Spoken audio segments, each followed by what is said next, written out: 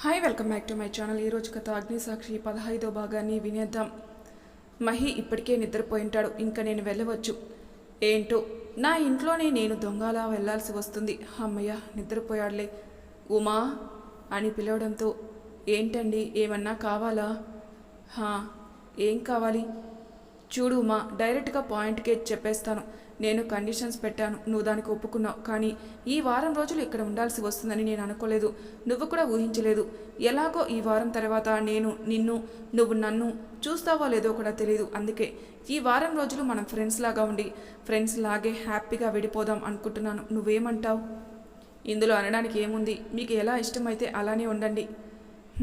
Thanks Uma, let's be friends అని చేతిని ముందుకు పెట్టాడు. అది చూసిన ఉమా అన్నది. సరే గుడ్ నైట్ ఉమా అన్నాడు. గుడ్ నైట్ అండి. నాకు తెలుసు మీరు నాతో ఫ్రెండ్షిప్ ఎందుకు చేయాలనుకున్నారు. మీకు సౌమ్య చెప్పుంటుంది, అందుకే నాతో ఫ్రెండ్షిప్ అంటున్నారు. మహీకి తన సొంత నిర్ణయం కూడా తీసుకోవడం రాదు. ఎప్పుడు ఎవరు చెప్పినా అది గుడ్డిగా పాటిస్తూ ఉంటాడు. తనకంటూ నిర్ణయం తీసుకోవడం కూడా రాదు అనుకుంటూ దుప్పటిని తీసుకొని చాప వేసుకుని కింద పడుకొని మహీ గురించి ఆలోచిస్తూ నిద్రలోకి వెళ్ళిపోయింది. పొద్దున్నే నిద్రలేచిన మహి రూమ్ అంతా చూసి ఏంటి తను అప్పుడే నిద్రలేచిందా అనుకొని కనీసం నాకు టీ కూడా ఇవ్వలేదే అనుకుంటూ బయటకు వచ్చి చూస్తే ఉమా ఎక్కడా కనిపించలేదు. ఎక్కడికి వెళ్ళింది? నిన్నే కదా ఫ్రెండ్స్ అనుకున్నాం, కనీసం గుడ్ మార్నింగ్ కూడా చెప్పకుండా ఏం చేస్తుంది అనుకుంటూ హాల్ లోపలికి వెళ్ళాడు. బాబు లేచారా? టీ తీసుకోండి అన్నది. ఆంటీ అది ఉమా మీకు చెప్పలేదా? మీరు నిద్రపోతున్నట్టున్నారు, అందుకే చెప్పలేదనుకుంటా.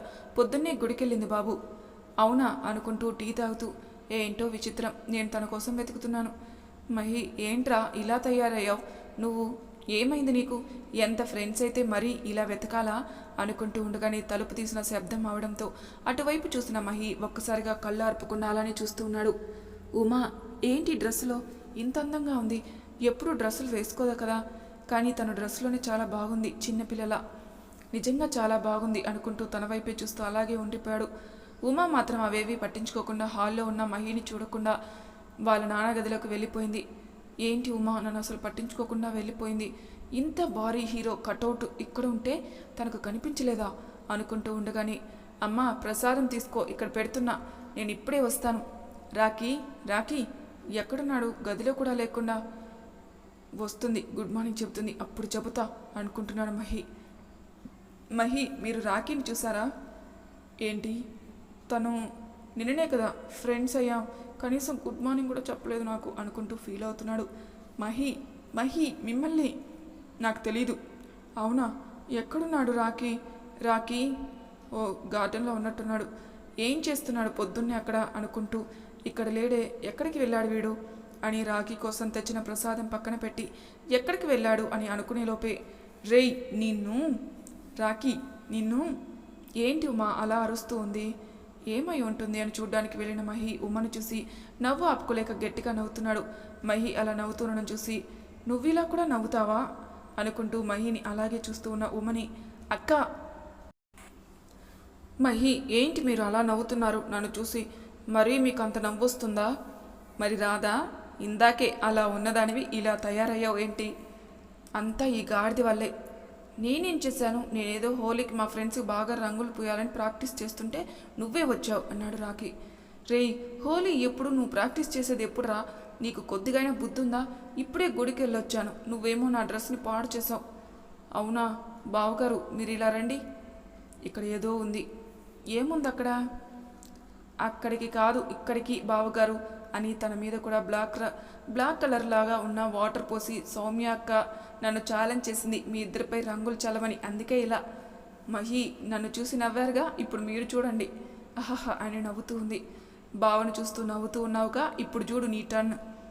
రాఖీ నిన్ను ఉండు, నీ పని చెప్తా. నన్ను పట్టుకోలేవులే అంటూ పరిగెత్తున్నాడు. ఆగు ఆగు, నువ్వు ఇలా మాట వినవు. హే శామ్ నువ్వెప్పుడొచ్చావు? శ్యామ ఎక్కడా? ఇక్కడ కూడా నన్ను వదలదా? ఎక్కడుంది తాను అనుకుంటూ తన కోసం చూసేలోపే రాఖీ ఇదిగో ఇక్కడ అని మిగిలిన వాటిని తీసుకుని తనపై చల్లుతుంది. అక్క నిన్ను, ఇంకా నా దగ్గర చాలా ఉన్నాయి, ఆగు ఆగు రాఖీ ప్లీజ్. అక్క ఎందుకంత భయం నీకు? ఏం లేదు చాలు, ఇంకా వదిలే. అక్క నువ్వు ఇక్కడికి రా ఫస్ట్. ఎందుకురా? చెబుతా రా అక్క. ఇక్కడికి ఎందుకు? ఎందుకంటే ఇద్దరి మీద కలిపి వేయడానికి ఇంకా నా దగ్గర వాటర్ అయిపోయాయి, రంగులు కూడా. అందుకే రాఖీ కొట్టిన వాటర్ ఫోర్స్కి తగిలేసరికి ఉమా నిలబడలేక కింద పడిపోతుంటే మహి తన్ని పట్టుకున్నాడు. మహి అలానే తను పట్టుకునేసరికి ఉమకి అనీజీగా అనిపించింది. పక్కకు జరిగి రాఖీ చాలన్నా కదా వదిలే అన్నది. అక్క ఉండు ఒక్క నిమిషం అని రంగుల్ని తెచ్చి ఇందులో చేయి పెట్టండి అని చెప్పి ఒక పేపర్ తీసుకొని, అక్క నేను మధ్యలో, మీరు అటువైపు ఇటువైపు వేయండి, ఎందుకంటే నేను నిన్ను అమ్మలా అనుకున్నాను కనుక మీతో ఇలా తీసుకుని గుర్తుగా ఉంచుకుంటాను. ఈ రోజులు మళ్ళీ మళ్ళీ మనకు రావు కదా, అందుకే. రాఖీ ఎందుకురా ఇవన్నీ? అక్క నువ్వు వెయ్యి అక్క. బావా మీరు కూడా. సరే థ్యాంక్ యూ. నేను వెళ్ళి స్నానం చేయాలి. చేసి సౌమ్య అక్క దగ్గర ఛాలెంజ్ గెలిచినందుకు ట్రీట్ అడగాలి. ఉమా సారీ అండి, వాడు ఇలా చేస్తాడనుకోలేదు. నేను వాడికి చెప్తానండి మీకు ఇలాంటివి నచ్చవని. పర్వాలేదులే, నేను కూడా ఎప్పుడో ఇలా హోలీ ఆడడం. అవును రాఖీ నేను అమ్మలా అనుకోవడం ఏంటి? రాఖీ వాళ్ళ అమ్ముంది కదా. అది నేను వెళ్ళి స్నానం చేసి వస్తానండి. ఏంటి నేను అడిగిన దానికి సమాధానం చెప్పకుండా తప్పించుకుంటుంది ఎందుకు? అసలు ఈ రాఖీ ఎవరు ఇంతకీ అనుకుంటూ, అయినా ఈ కలర్స్ చాలా బాగున్నాయి కదా. ఉమా అలా కింద పడిపోతుంటే నేను అలా పట్టుకోవడం ఏంటో నాకు చాలా కొత్తగా ఉంది ఆ ఫీలింగ్ అనుకుంటున్నాడు మహి. అప్పుడే స్నానం చేసి వచ్చిన ఉమా జడ వేసుకుంటూ, ఏంటి మహి రాఖీ గురించి ఎందుకు అలా అడిగాడు? ఒకవేళ రాఖీ గురించి తనకు తెలిస్తే తను రాఖీని ముందులా ట్రీట్ చేస్తాడా? లేదు, రాఖీ గురించి ఏం చెప్పొద్దు తనకి అనుకుంటూ ఉండగానే ఫోన్ రావడంతో ఫోన్ మాట్లాడి, మహి ఏంటి ఇంకా రాలేదు అనుకుంటూ మహి కోసం గార్డెన్ దగ్గరికి వెళ్ళింది. అసలు నాకెందుకు ఇలా ఉంది? ఉమన అలా కింద పడిపోతుంటే తనను అలా పట్టుకొని ఉంటే ఏదో తెలియని అనుభూతి, ఆనందం కలుగుతుంది నాకు ఎప్పుడూ అనిపించలేదు ఇలాగా. ప్రియతో ఉన్నప్పుడు కూడా నాకు ఎప్పుడూ ఇలాంటి ఫీలింగ్ కలగలేదు ఎందుకు అనుకుంటున్నాడు మహి. మహి అంటూ వచ్చింది ఉమా. మీరు ఇంకా ఇక్కడ ఏం చేస్తున్నారు? వెళ్ళి స్నానం చేయండి, అమ్మ టిఫిన్ రెడీ చేసింది, వెళ్ళి తినేయండి. నువ్వెక్కడికి వెళ్తున్నావు ఉమా? శ్యామల ఆంటీ ఫోన్ చేసింది స్వీటీని తీసుకెళ్ళు అని, అందుకే వెళ్తున్నాను. మీరు వెళ్ళి స్నానం చేసి టిఫిన్ చేయండి. ఈ స్వీటీ ఎవరు? కొంపదీసి కుక్కపిల్లనా అని అనుకుంటూ, అని అదే ఉంటుందిలే, ఈ మధ్య కుక్కపిల్లలను కూడా ఫ్యామిలీలాగా చూసుకుంటున్నారు కదా. మహి టిఫిన్ తింటూ ఉన్నాడు. ఈలోపు అమ్మా అంటూ వచ్చింది. ఏంటూ మా అంత సంతోషం? నువ్వు చెప్తూ ఉంటే ఏమో అనుకున్నా. స్వీటీ చాలా బాగుంది కదా. అవును చాలా అల్లరి. స్వీటీ అంటే కుక్కపిల్ల అనుకున్నా, పాపనా? నిజంగా చాలా బాగుంది అనుకుంటున్నాడు మహి. అమ్మ ఎంత క్యూట్గా ఉంది, నన్ను చూడగానే నా దగ్గరకు వచ్చేసింది. అవునా ఉమా ఒకటి చెప్పనా? చెప్పమ్మా, మళ్ళీ నువ్వు అడగాల. వేరే పిల్లల్ని ఎత్తుకోవడమేనా? మీ పిల్లల గురించి ఏమన్నా ఆలోచించారా? మహి వైపు చూస్తూ, ఏంటమ్మా నువ్వు అన్నది. ఏంటే ఏమన్నాను? ఇప్పుడు పెళ్ళై 6 నెలలు అవుతుంది, ఇంకా నువ్వు ఏం అనుకోలేదేమో అని నేనంటున్నాను. ఆ పాపను చూసి ఎంత మురిసిపోతున్నావో. మాకు కూడా ఉంటాయిగా, ఒక్కగాని ఒక్క కూతురివి, మాకు కూడా మీ పిల్లల్ని ఎత్తుకోవాలనిపిస్తుందిగా అన్నది. అమ్మ నువ్వు స్వీటీ వాళ్ళ అమ్మకి 3వ నెలలోపే కడుపులో పడింది, కానీ నువ్వు మాత్రం 6 నెలలు అవుతున్నా ఇంకా అమ్మ అంటూ నా మీద కోపడుతున్నావు. మన బంధువులు పెళ్ళికి వెళితే వాళ్ళు కూడా అందరూ ఇలాగే అడుగుతారు. అయినా ఉమా నీకు నీ పిల్లల్ని ఎత్తుకోవాలని లేదా చెప్పు? అమ్మ అంటూ వాళ్ళని నీ కొంగు పట్టుకొని తిరిగితే ఎంత బాగుంటుంది. చూడు ఉమా, పిల్లలు పుడితే మీ మధ్య ప్రేమ తగ్గిపోతుందని ఆలోచిస్తున్నావేమో. పిల్లల వల్ల మీ మధ్య బంధం ఇంకా బలమవుతుంది. అమ్మా ఇంక వదిలేయి. అయ్యో స్వీటీకి ఇక్కడ బాగోలేదనుకుంటా. నువ్వు ఏడవకమ్మా, నేను నిన్ను మేడ మీదకి తీసుకుని వెళ్తాలే. నా బుజ్జి స్వీటీ, పదా వెళ్దాం. నాకు తెలిసే నువ్వు తప్పించుకుంటున్నావని. మహి దానికైతే బుద్ధి లేదు, కానీ బాబు మీకు కూడా ఒక పాపో బాబో ఉంటే ఎంత బాగుంటుంది చెప్పండి. మీరు అలా ఆఫీస్కి వెళ్ళి రాగానే గుమ్మం దగ్గర మీ మాటలు వినపడగానే ఆడుకుంటున్న పాప తన చిన్ని కాళ్ళతో మీకోసం వస్తూ ముద్దుగా మాట్లాడుతుంటే మీరు ఆఫీస్లో పడిన స్ట్రెస్ మొత్తం ఒక నవ్వుతూనే పోతుంది కదా. ఉమా వాళ్ళ నాన్నగారికి ఉమా చిన్నప్పుడు ఎలా ఎదురు వెళితే ఆయన కళ్ళల్లో ఆ సంతోషం ఇప్పటికీ నేను మర్చిపోలేను. అది ఇప్పటికీ తలుచుకున్నా నాకు చాలా ఆనందంగా ఉంటుంది. చూడు బాబు, ఒకవేళ మీరు చేస్తున్న జాబ్ గురించి ఆలోచించి పాప బాబు పుడితే కష్టం అనుకుంటున్నారేమో. అలా అయితే దాని గురించి మీరేం దిగులు పడకండి. మేము లేమా చెప్పండి? మీ అమ్మగారు లేరా మీకు సపోర్ట్గా ఉండడానికి? పిల్లల గురించి ఆలోచించండి బాబు. మా ఉమాకి ఇంకా చిన్నపిల్లల మనస్తత్వం పోలేదు, అందుకే మీకు చెబుతున్నాను. దీని గురించి ఆలోచించండి బాబు. మహి సరే అండి అంటాడు. అమ్మా ఏంటో తనకు ఎప్పుడు ఏం మాట్లాడాలో కూడా తెలీదు. ఏంటో అనుకుంటూ, స్వీటీ ఏంటి అలా చూస్తున్నావు? నా కోపం చూసా అంటూ తనని ఒడిలో పడుకోబెట్టుకొని స్వీటీ తల నిమురుతూ, అమ్మ చెప్తుంది నాకు మహికి పాప. నిజంగా మాకు ఆ రోజు వస్తుందా? ఒక అమ్మాయి భార్యగా మారినా కూడా పొందని సంతోషం అమ్మలా మారినప్పుడు ఆ సంతోషం మాటల్లో చెప్పలేనిది. కడుపులో 9 నెలలు ఉండి పురిటి నొప్పులతో పడిన బాధంతా పాపను తొలిసారి దగ్గరికి తీసుకుని అలా తన మొదటిసారి ఒడిలో తీసుకుంటే ఆ అనుభూతి. అయినా నాకు చాలా అలా అదృష్టం ఉండాలి కదా.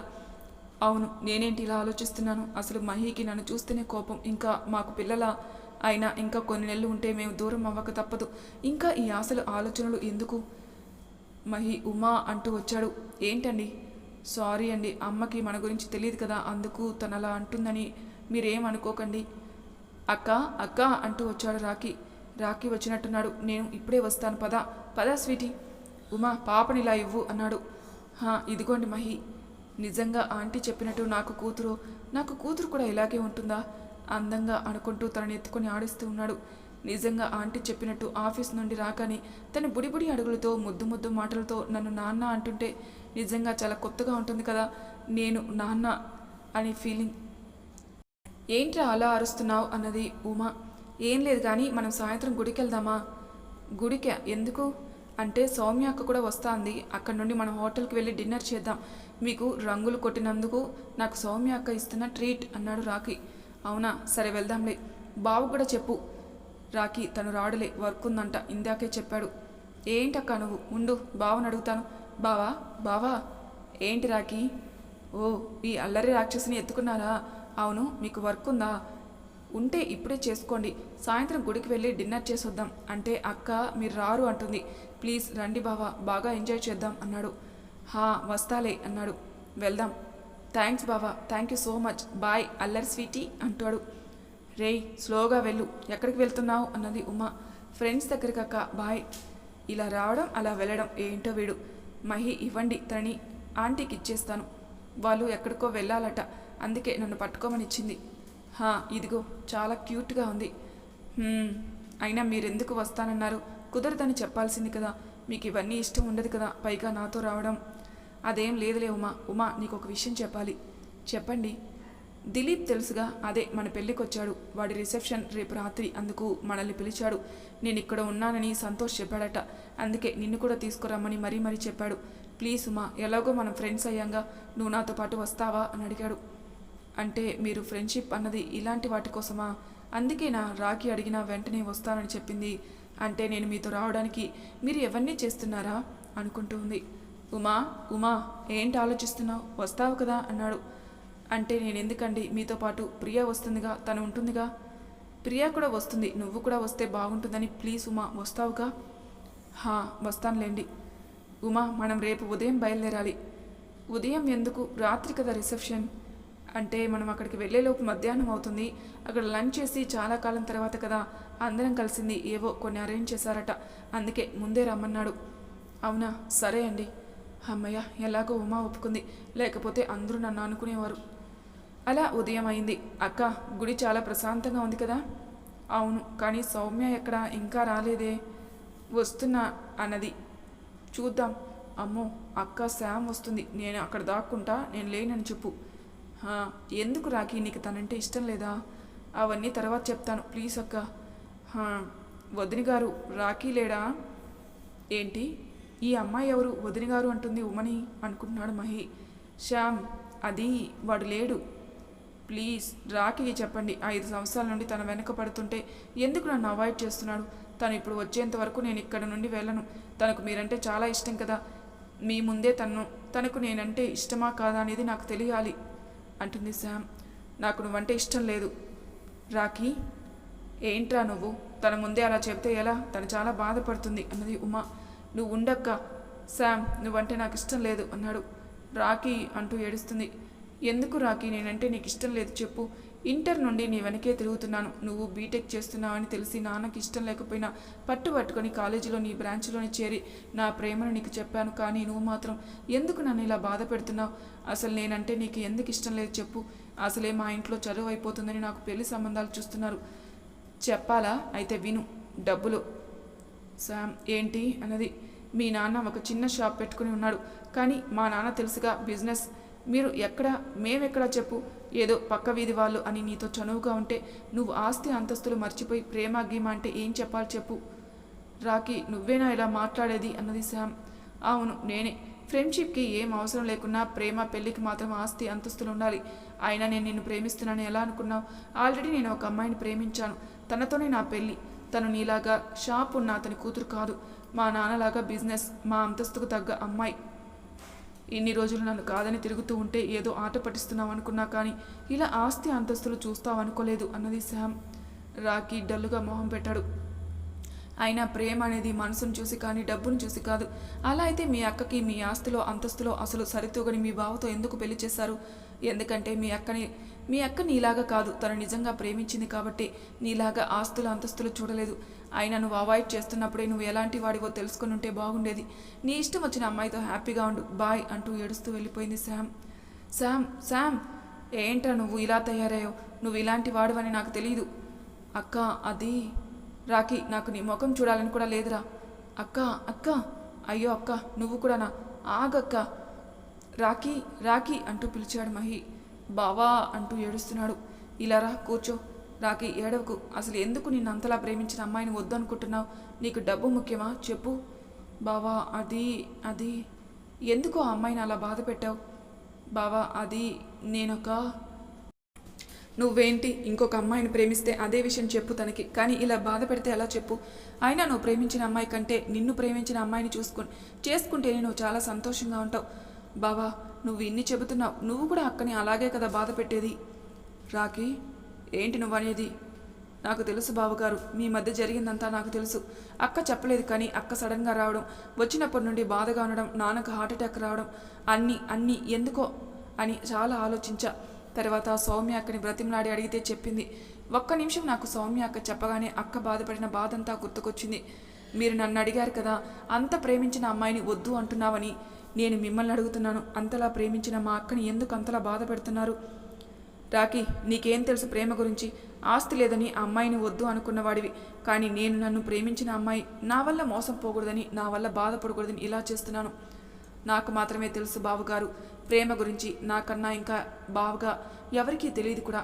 మీరన్నది కదా ఆస్తి కోసమని. శామ్ వాళ్ళ నాన్నకి షాప్ ఉండొచ్చు, కానీ అతనికి డబ్బు కంటే కుటుంబం చాలా ముఖ్యం. తన కూతురికి ఒక మంచి కుటుంబం ఉన్న ఇంటికి పంపాలన్నది ఆయన కోరిక. అయితే ఏం, ఇంకా అంకుల్ వాళ్ళతో మాట్లాడదాం. బావా నేను ఒక అనాథని. ఏంటి నువ్వు అనాథవా? అవును బావగారు, ఒకవేళ శామ్ వాళ్ళ నాన్నకు నా గురించి తెలిస్తే ఖచ్చితంగా తననిచ్చి నాకు పెళ్లి చేయడు. అలా ఇద్దరం బాధపడే కంటే ఇలా నేను బాధపడినా శామ్ మాత్రం నేను ఆస్తిని చూసేవాణ్ణి అని నన్ను అసహించుకుని వాళ్ళ నాన్న తెచ్చిన సంబంధం చేసుకుంటుంది.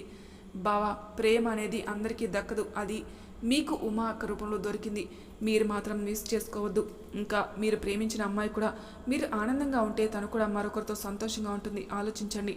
మీకోసం ఆస్తిని అంతస్తులు కాదని, నిజంగా ప్రేమించి మిమ్మల్ని పెళ్లి చేసుకుని మీరు మారతారని మీకోసం ఎదురు చూస్తూ మీకోసం రోజు ఏడుస్తూ ఉన్న అక్కని వదులుకొని మీరు సంతోషంగా ఉండగలరా? మీరు ప్రేమించిన అమ్మాయికి మీకు మధ్య ప్రేమ మాత్రమే ఉంది, కానీ అక్కడికి మీకు బంధం ఉంది. 7 జన్మల బంధం. మీరే ఆలోచించండి. ప్రేమ అన్నది అందరికీ దొరకదు. ఉమా అక్క చాలా మంచిది. ఒక అనాథైన నన్ను సొంత తమ్ముడు కంటే ఎక్కువగా చూస్తుంది. మీకు తెలుసా ఎక్కడ నన్ను అనాథ అంటారో అని ఆస్తి మొత్తం నా పేరున రాయడానికి కూడా సిద్ధపడింది పిచ్చక్క. అలాంటి అక్కని మీరు దూరం చేసుకోకండి ప్లీజ్ బావగారు. నాకెలాగో ప్రేమించిన అమ్మాయితో కలిసి బ్రతకడానికి అవకాశం లేదు. మీరైనా సంతోషంగా ఉండండి. రాకీ ఏంటి? రాకీ ఒక అనాథనా అనుకుంటూ మహి ఆలోచిస్తూ ఉన్నాడు. మరి తర్వాయి భాగంలో ఏం జరుగుతుందో నెక్స్ట్ ఎపిసోడ్లో తెలుసుకుందాం. అంతవరకు నా ఛానల్ని సబ్స్క్రైబ్ చేయని వాళ్ళు ప్లీజ్ సబ్స్క్రైబ్ చేసుకోండి. లైక్ చేసి షేర్ చేయండి. మీ అభిప్రాయాలు నాకు కామెంట్ రూమ్లో తెలియజేయండి. Thank you for listening.